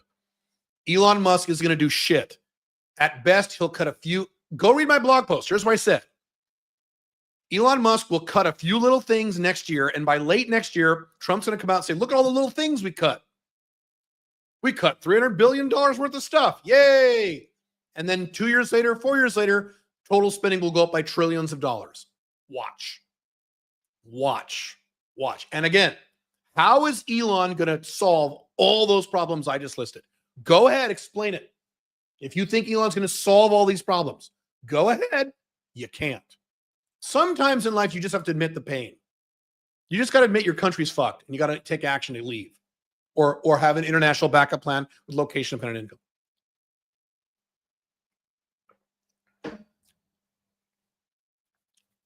I don't see why the U.S. is going to collapse when everyone is doing pretty badly or worse. It can always get worse.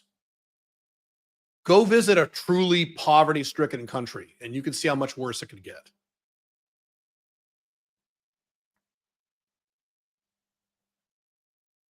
I don't know what Caleb means by collapse. He already said the U.S. has been collapsing for 20 years on another stream. Right. I mentioned this at the beginning of the stream. There are 5 possible collapse scenarios. I talk about them on my blog, and I have several videos discussing this. Let's see if I can remember them. Balkanization, currency crisis, war, totalitarianism, and what I'm forgetting. We don't know what scenario that will be, But one of those 5 things will occur, and they're all really bad if you live in the United States when they happen. It's in a state of collapse, and then you'll have complete collapse, or whatever you want to call it. We don't know what that will look like because there's 5 different possibilities. And I don't know which one of the 5 will be. I know it'll be one of them. I know it'll be in your lifetime. You guys are talking to each other? Okay. Read any amount of history and see it can get worse. Not just worse, way worse. Look what happened to Russia. Look what happened to Venezuela. Look what happened in Nazi Germany. I mean, dude, look what happened in Colombia earlier. We could go on and on and on and on. Way worse. Are you familiar with the 18-year real estate cycle, the theory behind it, how it was used to predict the timing of events? Like, I don't believe in these precise cycles. In general cycles, I believe. So like what Ray Dalio talks about, yes. But I don't believe in this precise 18 years. Every 18 years this happens. I don't believe in it.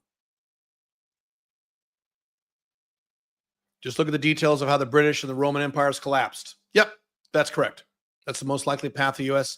will take during its collapse. Correct. Bringing manufacturing back to the U.S., going isolationist, investing. None of that will happen. Your fantasy. Well, if we had unicorns, then it would be okay. That's like I say, what we got to do is be isolationist. Modern day America will never be isolationist. It'll collapse. It'll break up maybe into little tiny countries, and some of them will be isolationist. Anyway, continuing your comment. Bringing manufacturing back to the U.S., never going to happen. Going isolationist, never going to happen. Investing in our own AI energy, sort of will happen. And getting rid of the welfare state, never going to happen. You're living in a fantasy world. Unfortunately, these things would still bring us civil unrest, and they will never happen.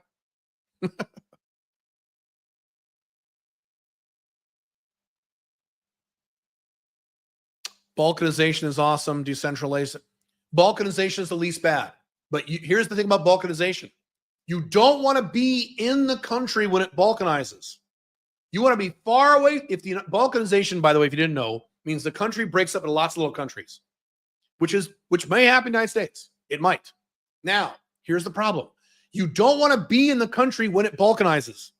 You want to be far away from the country. Let it balkanize.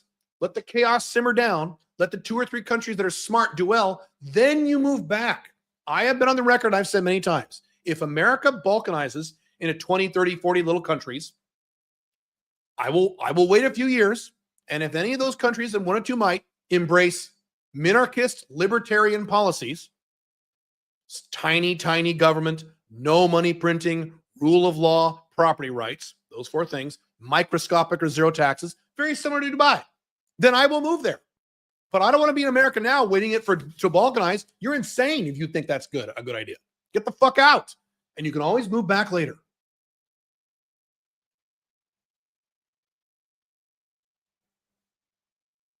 I know that wouldn't happen, but that would be the way to fix it. You can't fix it if it won't happen. It's not relevant. You're living in a fantasy land. People freaking out about airplanes, drones, and UFOs or whatever in the U.S. further proof the USA is now in a state of insanity and accelerated collapse. Correct. Not just that, but things like gender. What is a woman? And yes, correct. Low attention span, hysteria, lower IQs. You're absolutely right, Joseph. Correct. All these things are a symptom of collapse. All this stuff. The rise of people like Taylor Swift, as I've talked about on my other channel. The Will Smith slap. The tolerance of all these little things are all symptoms of economic and cultural collapse. Correct. It's all tied together. Not all of it, most of it.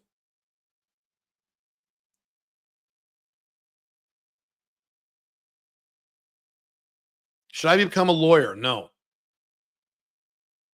Germany had to build itself back up again after 10 years. You go back again super fast. You can go back up again super fast after collapse if you actually have free market. Right.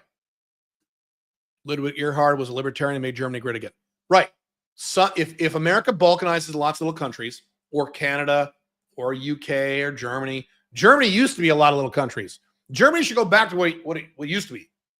Back in Holy Roman Empire. It was 100 little countries. Go back to that. Because then some of the countries are going to be awesome. Most will suck ass. Here's what I've said. I've said this many times. Here's how you fix the United States, which will never happen. We're thinking hypothetically here in terms of purposeful balkanization. You take the United States, the continental US, you draw a line down the middle, you draw 4 or 5 lines horizontally across, and you end up with like 10 or 20 little, long, skinny countries, each with a port, which is important.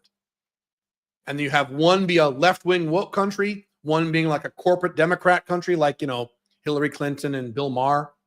One be a Republican-y country like Trump. One being a libertarian country.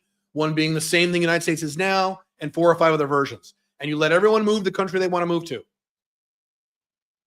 And then you wait and see which one does the best. I know which one would do the best, the libertarian one. And I would move to the libertarian one. Probably not going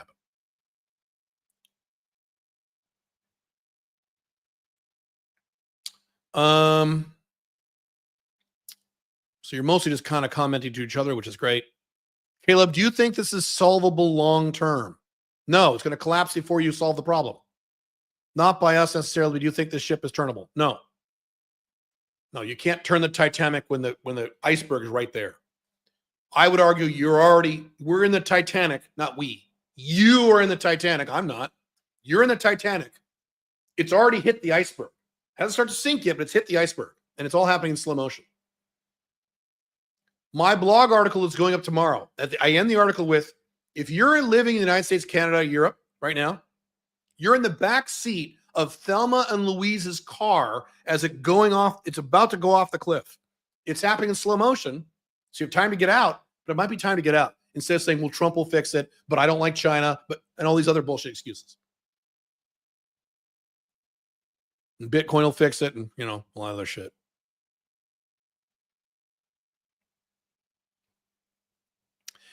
Hello, Caleb. I remember you talked about the ties and investments China is making in South America. If it's true, do you think it's worth learning Mandarin if I plan on living money in South America? No, I don't. Plus it's very, very difficult. All right. I'm going to go. This is one of those videos that I recommend you send to other people. If they say, why is America collapsing? What the fuck? Here's what most Westerners do. Less now than before. Someone like me says America's collapsing, going to collapse in your lifetime. And the typical Westerner looks out the window and says, well, I don't see any homeless people out. I don't see any tanks. I don't see any nuclear explosions. I don't see any crime. What's the problem? Everything's fine. Show them this video. Send them a link to this video. Distribute this video. This is the video that will convince people. And if they're not convinced by this, they're not being rational. They're just being delusional. Well, Trump will fix it. Well, Bitcoin. Well, I don't want to go to Mexico. There's cartels there. All the usual excuses. If you still have your excuses after this, you're hopeless. I'm sorry. Goodbye. Kiss your ass goodbye.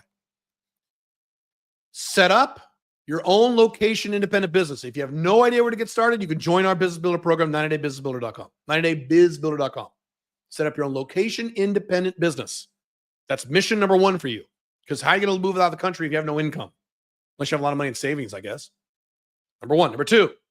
Set up an international backup plan to get residency in the countries that we talk about. Armenia, Paraguay, UAE, Mexico. There's a few of them where you don't need to move there. Get legal residency there. Get a bank account there. Get all set up there so you can go there whenever you want in case there's a collapse, a war, a pandemic, what have you. They have to let you in because you're a legal resident and now you're okay. Or if you have a little more balls, and some of you do, get out of there. Get the fuck out of the United States. Why the fuck are you still in the U.S.? Get the fuck out of Canada. Why are you in Canada? Get the fuck out of the UK. Get the fuck out of Germany. Get the fuck out of France. Why are you still there? I'm amazed at you people. The excuses you use. Rewatch this video if you need another kick in the ass. I put out this video purposely at the beginning of the year to motivate you to get moving this year. Yeah. Cool? Cool. All right.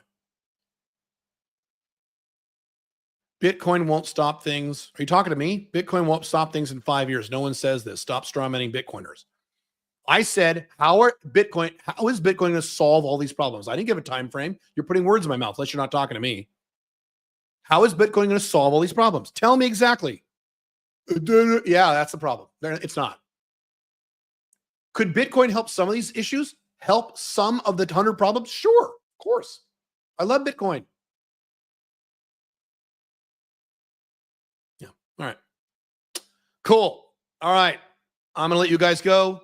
Distribute this video. And if you're watching this video, please, for the love of God, set up your own location-independent business, set up international backup plan, and or leave your collapsing country. You don't have a lot of time left.